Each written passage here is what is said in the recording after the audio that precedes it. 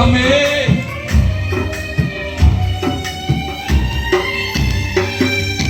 நீங்க தான் ஏதாவது செய்யணும் என்று எதிர்பார்த்து காத்திருக்கிறோம்.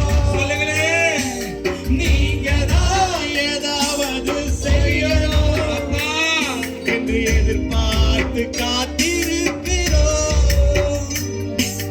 நீ சொன்ன வார்த்தைகளை பிடித்துக் கொண்டு, நீ சொன்ன வார்த்தைகளை பிடித்துக் கொண்டு உங்க கரத்தையே நோக்கி இருக்கிறோம்.